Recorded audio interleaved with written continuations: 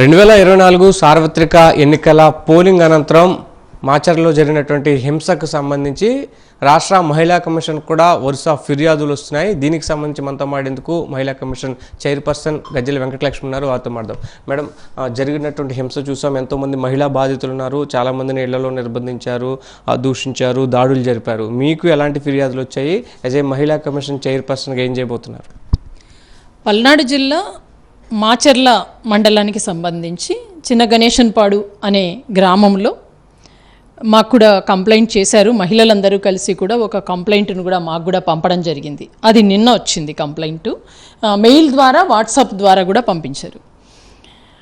అక్కడ వాళ్ళు ఆ కంప్లైంట్లోని సారాంశము, అదేవిధంగా మేము మీడియా మాధ్యమాల ద్వారా కూడా చూడడం జరిగింది. ఎలక్షన్ పోలింగ్ రోజు 13వ తేదీ ఏదైతే ఎన్నిక జరిగిందో ఆ ఎన్నికలలో వైఎస్ఆర్ కాంగ్రెస్ పార్టీకి ఓటు వేశారు అన్న నెపంతో తెలుగుదేశం పార్టీకి సంబంధించిన కొంతమంది వ్యక్తులు ఆ వైఎస్ఆర్ కాంగ్రెస్ పార్టీకి ఓటేశారన్న నెపంతో ఎస్సీ, ఎస్టీ, బీసీ, మైనారిటీ, బడుగు బలహీన వర్గాలకు చెందిన వారి మీద దాడి చేశారు అన్నది కూడా వారు కంప్లైంట్లో మెన్షన్ చేశారు.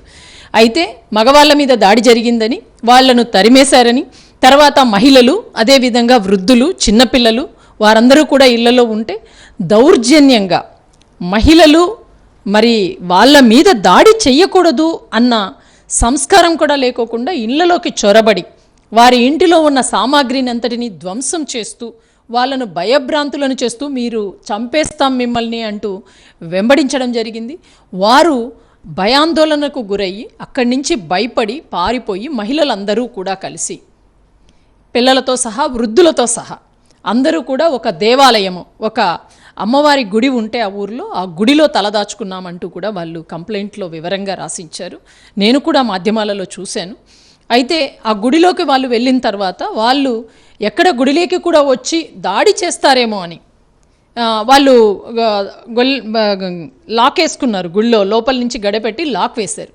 లాక్ వేస్తే వాళ్ళు గుడి చుట్టూ, తెలుగుదేశం పార్టీకి సంబంధించిన వాళ్ళందరూ కూడా గుడి చుట్టూ మోహరించి వారి మీద మీరు బయటికి ఎప్పుడు రాకుండా ఉంటారో చూద్దాం, మిమ్మల్ని చంపేస్తామంటూ భయభ్రాంతులకు గురి చేయటం అన్నది అమానుషమైన చర్య. నిజంగా ప్రజాస్వామ్యంలో ఉన్నామా లేదా? ఇన్ని సంవత్సరాల మన స్వాతంత్రం వచ్చి ఇన్ని సంవత్సరాలలో ఇన్ని ఎన్నికలు జరిగాయి. ఏ ఎన్నికలలో కూడా ఇంత బరితెగింపు ఎక్కడా కూడా చూసింది లేదు. ఏ ప్రజాస్వామ్యంలో ఒక నచ్చిన పార్టీకి, నచ్చిన వ్యక్తులకి ఓటేసుకునే హక్కు మహిళలకు లేదా? బడుగు బలహీన వర్గాలకు లేదా? ఎవరిని ఎన్నుకోవాలి, ఎలాంటి వ్యక్తి మాకు కావాలి అని ఎన్నుకునే స్వేచ్ఛ లేదా? నిజంగా ఇంత అమానుషంగా వారి స్వేచ్ఛను హరించే విధంగా మహిళలు ఉన్నారు, వృద్ధులు ఉన్నారు, చిన్న బిడ్డలు ఉన్నారు. మొత్తం ఎంతమంది బాధితులు ఉండే అవకాశం ఉంది ఈ మాచర్ల పర్టికులర్ ఇన్సిడెంట్లో? మీరు పరామర్శించడానికి వెళ్ళేటువంటి ప్రయత్నం చేయట్లేదు? మేము కంప్లైంట్ వచ్చిందండి. దాదాపు 30 నుంచి 40 మంది మహిళలను అక్కడ మేము రక్షణ కావాలని వాళ్ళు కోరారు. ఇది జరిగిన తర్వాత అంటే వాళ్ళకి నేను అదే చెప్పబోతున్నా, 48 గంటలు నిర్బంధించారని, వారికి మందులు అంటే అందులో షుగర్ పేషెంట్స్ ఉంటారు, బీపీ వాళ్ళు ఉంటారు, ఇంకా రకరకాల ఇతర ఏదైనా జబ్బులున్న వాళ్ళు ఉంటారు. వారందరికీ మంచినీళ్ళు కానివ్వండి, అదేవిధంగా ఆహారం కానివ్వండి, వైద్యము కూడా అందని పరిస్థితులకి తీసుకెళ్ళి భయానకమైనటువంటి సిచ్యువేషన్ అక్కడ క్రియేట్ చేసి వారందరూ కూడా వాళ్ళ ప్రాణాలను గుప్పెట్లో పెట్టుకొని 48 గంటల పాటు కనీసము మహిళలు బాత్రూమ్స్కి వెళ్లాల్సిన పరిస్థితి, చంటి బిడ్డలకి పాలు కావాలి, ఆహారం కావాలి, ఇవన్నీ కూడా మానవత్వం లేకోకుండా ఇంత దారుణమైన హింసాత్మక ఘటనలకు పాల్పడిన వాళ్ళ మీద చర్యలు తీసుకోవాలని ఎస్పీ గారికి మేము మెయిల్ చేయడం జరిగింది. అదేవిధంగా ఎలక్షన్ కమిషనర్ అయినటువంటి సిఈఓ గారికి కూడా నిన్ననే మేము లెటర్ పెట్టాము. పల్నాడు జిల్లాలో మహిళల యొక్క ఇంత దారుణమైన పరిస్థితుల్లో మహిళలు ఆఖరికి ఆ 48 గంటల తర్వాత వాళ్ళ సంబంధించిన పార్టీ నాయకులు పోలీసుల సహాయంతో వారి బంధువుల ఇళ్లకు చేరుకున్నారు. అంటే గ్రామంలో ఈ రోజుకి కూడా వాళ్ళు స్వేచ్ఛగా ఉండగలిగే పరిస్థితి మరి చిన్న గణేశన్పాడులో లేదు అన్న విషయం కూడా వాళ్ళు కంప్లైంట్లో వ్యక్తపరిచారు.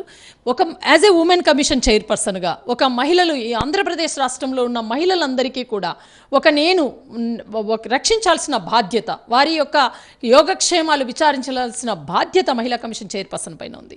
కాబట్టే నేను తక్షణమే అక్కడికి వెళ్ళాలని, ఆ మహిళలకు భరోసా కల్పించాలని, భద్రత కల్పించే దిశగా మరి చర్యలు చేపట్టాలని నేను కూడా ఆలోచించే నిన్న సిఇఓ గారికి కూడా మేము పర్మిషన్ కోసం లెటర్ రాయడం జరిగింది, మెయిల్ చేశాము. ఆదివారం కాబట్టి వాళ్ళు చూసుకునేట్టు లేరు, లేదా ఈ రోజైనా పర్మిషన్ వస్తే కూడా వెళ్ళి ఆ గ్రామంలో ఉన్న మహిళలను పరామర్శించాలి. వారు ఎలా ఉన్నారు, ఇంకా ఏమి ఇబ్బందులు ఫేస్ చేస్తున్నారు, వాళ్ళకి ఏ విధమైన సహాయక చర్యలు, భద్రతా చర్యలు మా వైపు నుంచి ఏమి ఇవ్వాలా అన్న దానికోసం కూడా మేము ఈరోజు కూడా వెళ్ళడానికి సిద్ధంగా ఉన్నాం. మాకు ఎలక్షన్ కమిషన్ నుంచి మాకు పర్మిషన్ రావాల్సి ఉంది.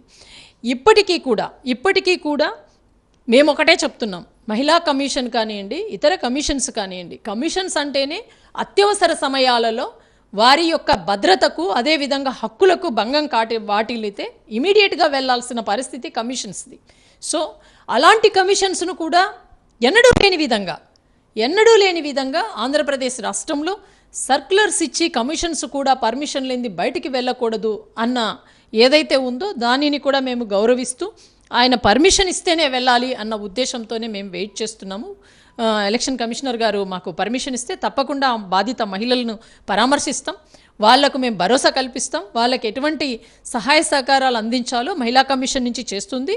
అట్ ద సేమ్ టైము ఒకవేళ పర్మిషన్ ఇవ్వకపోయినా అని మేము ఆల్రెడీ ఎస్పీ గారికి, ఎవరైతే ఇంతమంది మహిళల మీద ముఖ్యంగా కులం పేరుతో, ముఖ్యంగా లా భాషలో మహిళలను వారు కంప్లైంట్లో మాకు మెన్షన్ చేశారు, వాళ్ళను కులం పేరుతో దూషించారు, అదేవిధంగా లా భాషలో దూషిస్తూ చెప్పలేని భాషలో బూతులు తిడుతూ వారి మీద ఆయుధాలతో ఏదైతే బరితెగించి దాడులకు పాల్పడుతున్నారో వారందరి మీద కఠినమైన చర్యలు తీసుకోవాలని కూడా ఎస్పీని కోరాము. కలెక్టర్ గారికి కూడా లెటర్ మెయిల్ ద్వారా చేశాము. చర్యలు తీసుకునేలాగా కూడా మహిళా కమిషను దాన్ని పర్యవేక్షిస్తుంది తప్పకుండా. ప్రజాస్వామ్యంలో హింసకు తావుండకూడదంటారు, కానీ దురదృష్టవశాత్తు చాలా సంఘటనలు జరిగాయి. ఇప్పుడు మహిళలకి ఏం భరోసానిస్తారు? ఎందుకంటే ముందు వాళ్ళు ఎలక్షన్ అంటేనే భయపడాల్సిన పరిస్థితి. ఇప్పటి వరకు కూడా ఇంకా ఘటన కూడా చల్లారలేదు. ఇక్కడి నుంచి కూడా వాళ్ళకి ఏం చెప్తారు? మీరన్నట్టు ప్రజాస్వామ్యంలో ఇంతవరకు ఎప్పుడూ ఇంత దాడులు జరగలేదు. ముఖ్యంగా మహిళల మీద కూడా దాడి చేసే పరిస్థితికి రాజకీయాలు దిగజారిపోయాయి అని చెప్పొచ్చు. ఎక్కడైతే మేము గమనించినంతలో మహిళా కమిషన్ మహిళల మీద చాలా చోట ఎక్కడైతే గతంలో ఉన్న ఏదైతే అధికారులను మార్చడం జరిగిందో అక్కడే తెలుగుదేశం పార్టీకి సంబంధించిన వ్యక్తులు మహిళల మీద, అదేవిధంగా ఇతర వ్యక్తుల మీద, పిల్లల మీద కూడా దాడికి తెగబడిన పరిస్థితులు చూసాం. నేను ఒకటే చెప్తున్నా, ఎలక్షన్ కమిషన్ పర్యవేక్షణలో ప్రభుత్వం నడుస్తుంది, ఎలక్షన్ కమిషన్ పర్యవేక్షణలో ప్రజలున్నారు.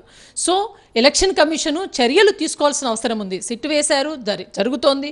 కానీ ఈ రోజుకి మహిళలు ఇల్లు చేరుకోలేని పరిస్థితి. కనీసం వారి గృహాలు ఎన్ని రోజులు బంధువుల ఇంట్లో తలదాచుకుంటారు? వారు కూడా రిక్వెస్ట్ చేస్తున్నారు, మా గృహాలకు మేము చేరుకునేలాగా మాకు దయచేసి చర్యలు చేపట్టమని మహిళా కమిషన్ అభ్యర్థిస్తున్నారు. సో ఎలక్షన్ కమిషన్ గారు, ఈ సిఇఓ గారు ముఖేష్ కుమార్ మీనా గారు దీని మీద చర్యలు తీసుకోవాలి. తప్పకుండా మేము కూడా అదే లేఖను ఎన్క్లోడ్ చేస్తూ ఆయనకు పంపించడం జరిగింది. వారు ఏదైతే కంప్లైంట్ ఇచ్చారో ఆ లెటర్ కూడా మేము పంపడం జరిగింది. సో దీని మీద తప్పకుండా ఎలక్షన్ కమిషన్ బాధ్యత వహించి వారికి భద్రత కల్పించాలి. వాళ్ళ స్వగృహాలకు వచ్చి వాళ్ళు క్షేమంగా అక్కడ ధైర్యంగా వారి స్వేచ్ఛను, వారి యొక్క హక్కును వారు కలిగి ఉండేలా చేసే బాధ్యత కూడా ఎలక్షన్ కమిషన్ తీసుకోవాలి. అదేవిధంగా సిట్ దర్యాప్తు చేస్తోంది. సిట్ దర్యాప్తులో కూడా దోషులు ఎవరో తేలితే తప్పకుండా ఆ దోషులందరినీ కూడా శిక్షించే విధంగా కూడా చర్యలు తీసుకోవాలని అధికారులను కోరడం జరిగింది. ఈ పరిస్థితులన్నింటినీ కూడా కొంచెం సద్దుమణిగిన తర్వాత తప్పకుండా మేము ఆ మహిళలను పరామర్శిస్తాం. ఆ మహిళలకు జరిగిన అన్యాయం మీద తప్పకుండా మహిళా కమిషన్ వారికి న్యాయం జరిగేలా కూడా పనిచేస్తుంది. అట్ ద సేమ్ టైము మనం గతంలో చూసాం, గతంలో చంద్రబాబు నాయుడు గారి నైజం ఏంటి అంటే చాలా సందర్భాలలో ఒక బహిరంగ సమావేశాలలో మహిళలు ఉన్నారు అన్నది కూడా ఇంకిత జ్ఞానం కూడా లేకోకుండా చాలా అసభ్యకరమైన పదజాలంతో ఆయన మాట్లాడడం జరిగింది. ఈరోజు తెలుగుదేశం పార్టీ వాళ్ళు దాడులకు తెగబడుతున్నారు మహిళల మీద అంటే చంద్రబాబు నాయుడు ఇచ్చిన ఇన్స్పిరేషన్ అని చెప్పొచ్చు. ఆయనే ఇలాంటి మాటలను, ఇలాంటి భాషను, ఇలాంటి దాడులను పెంచి పోషిస్తున్నారు. ఇది మంచి పద్ధతి కాదు ప్రజాస్వామ్యంలో. ఎప్పుడూ కూడా దాడులతో లేదా దూషణలతో లేదా మారణహోమంతో ఎప్పుడూ కూడా అధికారాలు చేపట్టలేరు, ప్రజల మనసులు చూరగొనలేరు.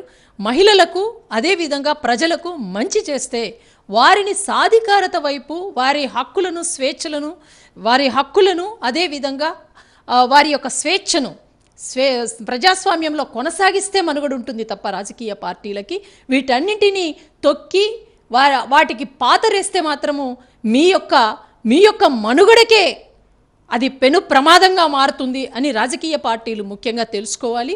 బహిరంగ సమావేశాల్లో చూసాము, మీ అమ్మ మొగుడిదా అనడము, మీ అమ్మమ్మ మొగుడిదా అనడము, మీ జేజి మొగుడిదా అనడము, ఇలాంటి భాష అన్నది మీ నాయకులకి మీ కార్యకర్తలకి ఎలా నేర్పిస్తున్నారు? మీరు మాట్లాడిన మాటలే ఈరోజు కార్యకర్తలు మాట్లాడుతున్నారు. ఈరోజు మహిళల మీద మీ నాన్నదే అనండి, మీ అమ్మ మొగుడిదా అని అనాల్సిన అవసరం ఏముంది? అంటే గతంలో చంద్రబాబు నాయుడు గారు చూసాం మేము, ఆ కోడలు మగబిడ్డ కంటానంటే అత్త వద్దంటుంది. అంటే ఆడవాళ్ళ పుట్టుకని ప్రశ్నార్థకం చేసిన పరిస్థితి చంద్రబాబు నాయుడు గారిది. సో ఎప్పుడూ కూడా పిల్లనిచ్చిన తండ్రిని వెన్నుపోటు పొడిచిన పరిస్థితి కూడా చంద్రబాబు నాయుడు. అంటే ఆడవాళ్ళ పుట్టుక అంటే ఆడవాళ్ళ యొక్క మనుగడ అంటే కూడా నచ్చని వ్యక్తి చంద్రబాబు నాయుడు గారు. ఆయన పార్టీలో ఉన్న వాళ్ళే ఆడవాళ్ళు ఇంట్లో ఉండాలి, కార్ షెడ్లో ఉండాలి, ఆడవాళ్ళు బయటకు వస్తే కారు రోడ్డు మీదకి వస్తే యాక్సిడెంట్లు అవుతాయి, ఆడవాళ్ళ మీద దాడులు జరుగుతాయి. అంటే ఆడవాళ్ళను మహిళలను సాధికారత వైపు అడుగులు వేయకూడదు, మీరు బానిసత్వంలో ఉండాలి, మీరు బందీలుగా ఉండాలి, మీరు చెప్పు చేతుల్లో ఉండాలి అంటూ ఆయన చేసిన ప్రసంగాలు, ఆయన చేసిన అనేక వ్యాఖ్యలు ఈరోజు వారి నాయకులు వారి కార్యకర్తలు రుజువు చేస్తున్నారు, నిజం చేస్తున్నారు అని ఈ సంఘటనల ద్వారా తెలుస్తుంది. కాబట్టి దయచేసి ఎలక్షన్ కమిషన్కి మేము ఒకటే రిక్వెస్ట్ చేస్తున్నాం, ఇలాంటి దాడులు జరిగినప్పుడు ఇమీడియట్గా చర్యలు తీసుకోవాల్సిన బాధ్యత ఎలక్షన్ కమిషన్ మీద ఉంది. ఆ మహిళలకు న్యాయం చేయాలి, ఆ మహిళలకు రక్షణ భద్రత కల్పించాలి.